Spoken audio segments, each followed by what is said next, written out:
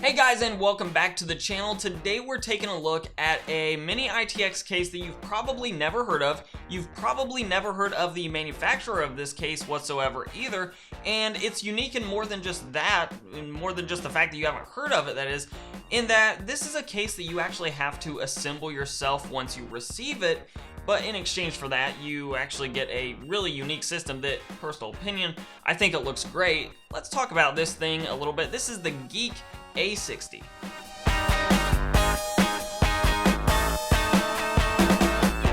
Now, of course, I'll leave any relevant links down below, including the links to this particular case. But to get started right off the bat, this case is different than most in the fact that we're looking at a mostly acrylic case here, with it being held together with some aluminum rods that you have to sort of piece together as you unpack it.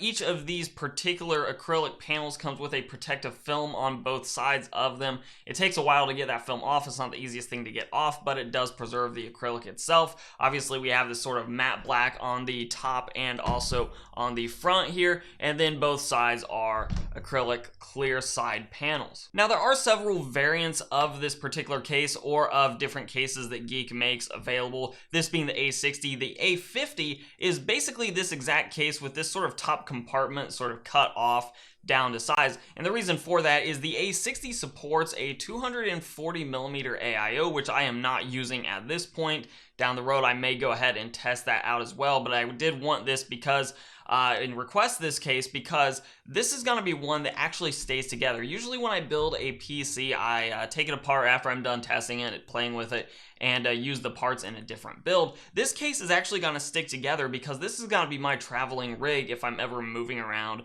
whether that be going to LAN parties or whether it be visiting family, whatever. If I need a travel size PC, this thing is a great travel size PC for 1080p gaming. Now, before I talk about the actual system that I've put together in this particular build, I do want to mention this. If you are not somebody that's great with computers, or even not great with just doing hands-on things, this is not the type of case that you should be looking at, because putting this thing together, while the directions are just fine and it's not overly difficult, it is time consuming and it does require a little bit of patience. It is likely that you're going to make a couple of mistakes along the way, just with grabbing the wrong piece or using the wrong screws, that sort of thing. So it's not for the faint of heart, and it does take a couple of hours to put together. Now, the nice bit with that couple of hour time frame is that's also installing the components as you go along. This is sort of a weird assembly in which part of the time you're actually installing components, part of the time you're actually putting the case together, whereas obviously with a traditional build, you're just putting components into the case. That 2 hours includes both the component installation as well as the actual case assembly all together. So if you do have some time laying around and you do want to sort of take a stab at this case is a great option. Though now I should talk about price a little bit, because the pricing of the A60 is $79, but the A50 is only $69, and that's not including the PCIe riser that you will need. They do offer that for $30 extra, though you can always provide your own if you're into that sort of thing. I would prefer, and I would recommend, that you go ahead and spend the extra $30 on the one that they're offering, because you know it fits perfectly, and I can confirm the PCIe riser that came with this case fits perfectly. No muss, no fuss. It's perfect for this case. I highly recommend going that route unless you already have one, in which case you can always see if it fits and then order the PCIe riser separately from Geek as well. Now, in this system, I have 16 gigabytes of DDR4 memory running at 3000 megahertz. We have a Ryzen 5 2600 running at, I believe, 3.9 gigahertz was the testing speed for this system, though I could push this Ryzen a little bit harder than 3.9 gigahertz. This 2600 will run stable at 4.1 gigahertz, given good enough cooling, which I'll come back to that in just a second. The cooler that I'm currently using on this is the Scythe Big Shuriken 3, I believe is the number of that, and the GPU is just one that I had laying around. That's a solid 1080p gaming GPU, but it is a GTX 970, so again, nothing special, nothing cutting edge on that front. Now, for temperatures both on the GPU and CPU side of things, they are okay. They're nothing special. They're nothing to write home about, especially using air coolers on both sides. The CPU in particular, I would love to see a little bit lower under full load, but I do still have that option. The reason that I requested the A60 over the A50 is I wanted that option to add an AIO cooler very easily to the system, which the A60 does allow me to do. Now, With the AIO coolers, you should have no problem at all getting a really good temperature readout from your CPU using a 240mm AIO, because this acrylic top panel has tons of airways for that air to pass through into the radiator, both in a push or a pull configuration. If you're pushing air through the case, or rather pulling it through the case and pushing it out the top with your radiator, then you actually still have openings on both sides to pull from, as well as on the bottom. And the power supply actually is going to help pull some air in from below the case and on the CPU side of things and push it through the top as well, because of its orientation in there. So you actually should be able to use a push configuration for the 240mm AIO. But of course, if that's not good enough, you can always flip the fans around and pull air in from the top and sort of push it back down through the case, though that's going to work against the power supply, so I don't know that I really recommend doing that. Though if you do decide to do that, your CPU should benefit because it's going to be getting plenty of fresh air getting pushed through it. Your GPU, on the other hand, might not benefit quite as much.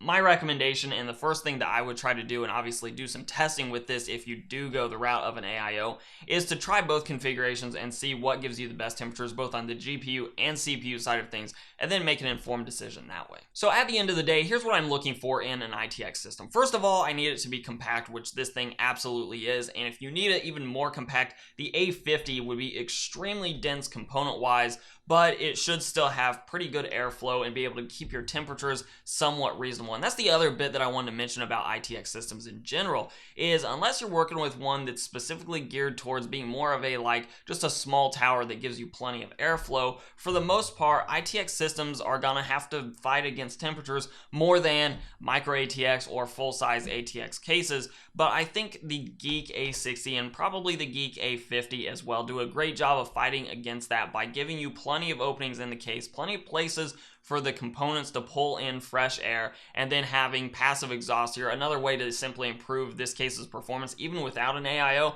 would to be just add exhaust fans up here on top that are going to help pull air through the system. So this case actually gives you pretty solid airflow for the size of case it is, and it's going to be my long-running, or at least I hope long-running for now, Mini-ITX system that gets toted around with me when I need to go somewhere, and still have a really strong gaming PC, or just a really strong PC in general, maybe for editing videos or that sort of thing. This is going to be my go-to system. I do highly recommend this case if you have the know-how, if you have the sort of hands-on skills, and it's not crazy high-level skills you need, just basic hands-on skills.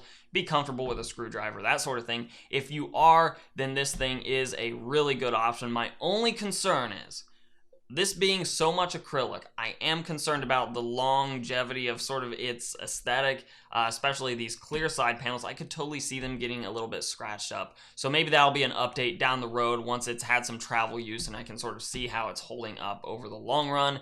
I would really love to see a version of this case with two things. First of all, maybe more cutouts on the side panel just to give you a little bit more airflow, but also maybe a version of this case that has tempered glass would be really, really cool. Obviously, it would add significantly to the cost of the case, but I think that would be a really cool option as well. The cutouts would be sort of difficult with tempered glass, though, and I understand that's probably why they've never gone that route. But those are just my thoughts on the Geeek A60. Again, links will be down below for this case in case you want to check it out yourself. And if you want, you can go ahead and leave a comment down there as well. Have you had any experience with a case like this that you actually have to assemble yourself? Let me know your thoughts in those comments down below. And of course, if you like this video, hey, give it a like, share, subscribe, comment. All those things do help out the channel a lot. You can follow me on both Instagram and on Twitter at Hoosier Hardware. And as always, I'll let YouTube queue up a couple more videos from my channel for you to watch. I'm Shane with Hoosier Hardware. I'll see you guys in the next video.